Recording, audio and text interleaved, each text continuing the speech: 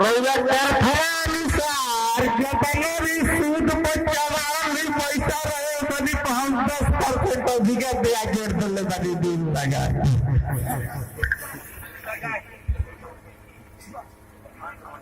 बहुत बढ़िया कहनी मुंशी जी।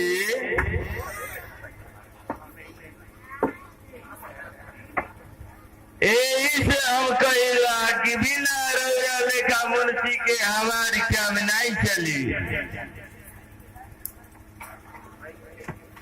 खेसारी लाल हमार मुखियागिरी में तू जौवन बनल चाहता बन जा, फिर 5 साल के बाद केहू नहीं के जानत मुखिया रही की जाए।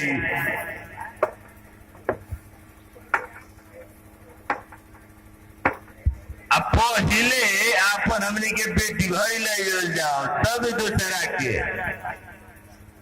का खेसारी लाल कौन गलती बोलता ने महाराज कही के मुखिया जी के बात गलती होला। महाराज कही के राम भगवान दोषी राम बात गलती भगवान दोषी राम मुखगिरी बने रहे हमारे मन से गिरी भी लगा के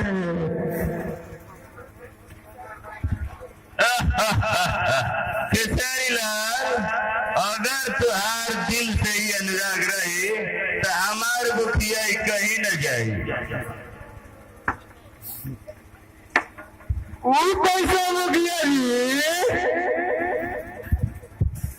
बस पैसा फेंको तमाशा देखो। सुनील मुखिया कैसे मैं पेंशन के पैसा मारी गई लो और फेंकी डालो ना तमाशा देख लगी थी।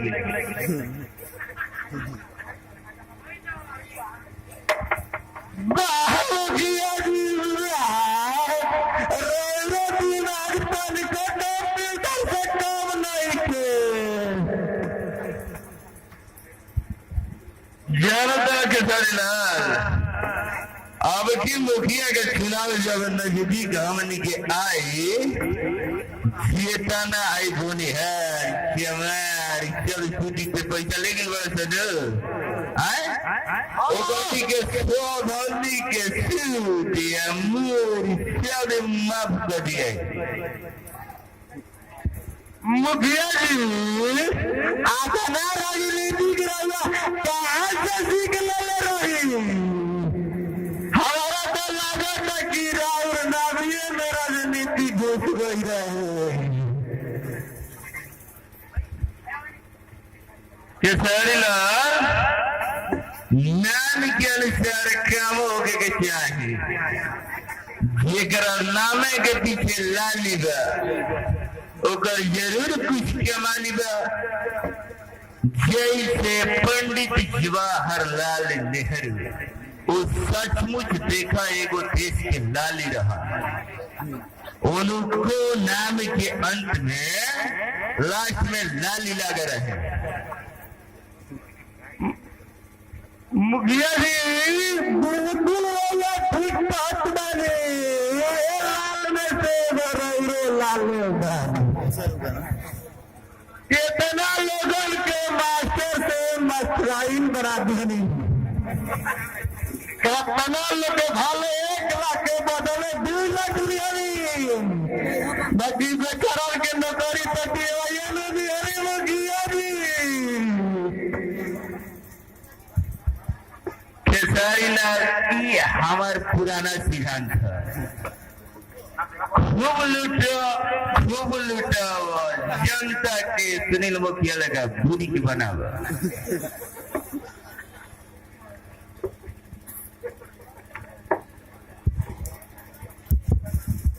प्रणाम मुखिया जी।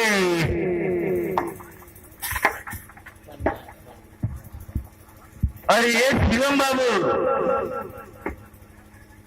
बोली बोली का फरमाइश का कही मुखिया जी कहला भी रहलो नहीं खे जात दे कहले रहलो नहीं खे जात मुखिया जी। लेकिन जब तक रउआ कहब ना तब तक हम जानब कैसे।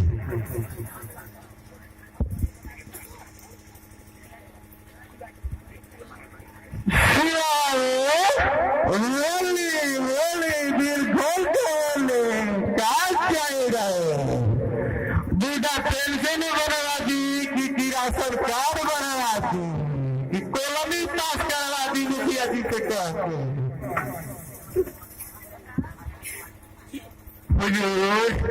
ये सब तो बात के बात बा। पहले तो हमारे आत्मा के तब देखल जरूरी बा। खैला भी हमनी के दोनों प्राणी के लागत है कि प्राण निकल जाई। लड़को एगो रहे तो ना जाने वो कहाँ चल गई। आज कई साल से हम ओकरा के इंतजार करत तानी मुंशी जी। रोत रोत हमारे ठेहुना आँख में धस गइल बा मुंशी जी। ठीक बा घबराई मत, सब कष्ट के निवारण हुई है।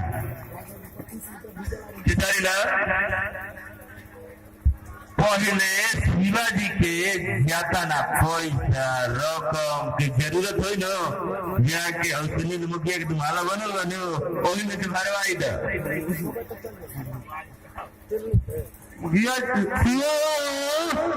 चाहिए 100 किलो धान दिवा दिया चाऊ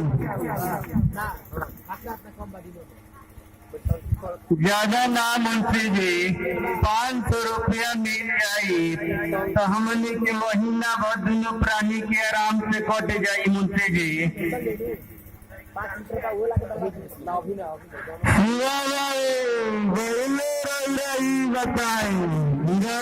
नाम पर जगह जमीन बाकी मुंशी जी जमीन तो ज्यादा ना लेकिन 5 कट्ठा जोत एगो फूस के मड़ई बा।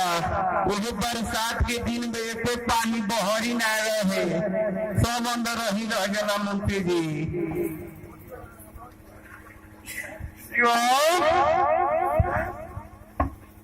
और हमारा बात हमारा जो रैया के ठीक ठाक सलाह होगी।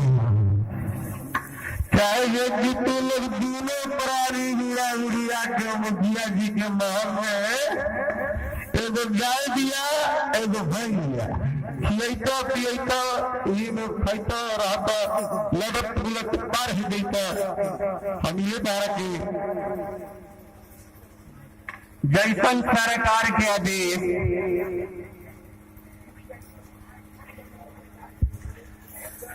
मुखिया जी दुआर के पहरुआ बना चाहती है उनका शरण दे दी मुखिया जी। ठीक बात जैसन तो हो के मर्जी। शिवा बाबू गाय से आके अपन मुखिया जी के घरे रहल प्राणी प्रेम से खा। ठीक बाबूजोर आज से हम मुखिया जी के गेरू भज की आए पर तैयार बनी। मुखिया जी ये घड़ी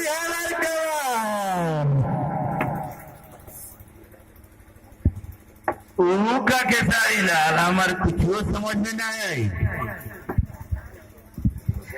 मुखिया जी आम के लगा ढूंढिए के दाम के 5 कट्ठा खेत लोरी लोग पौड़ी पौधा ये न लिखा के दिए सटा के बाकी ससुर के ना रही यही में लिखा मुखिया जी।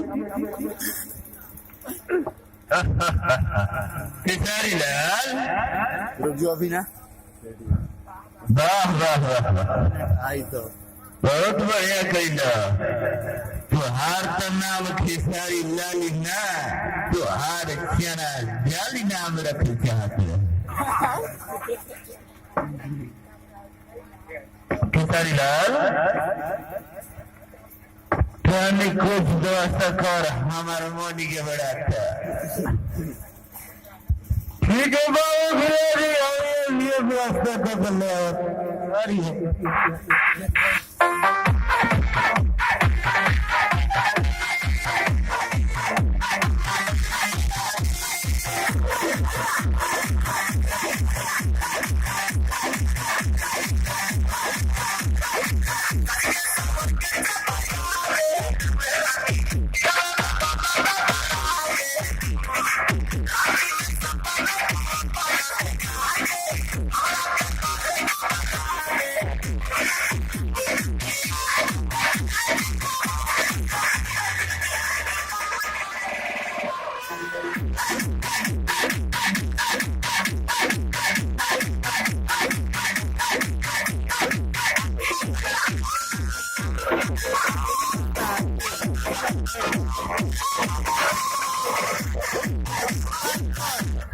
बैक कर बैक कराओ बैक कर रुक गया हाँ ये भाई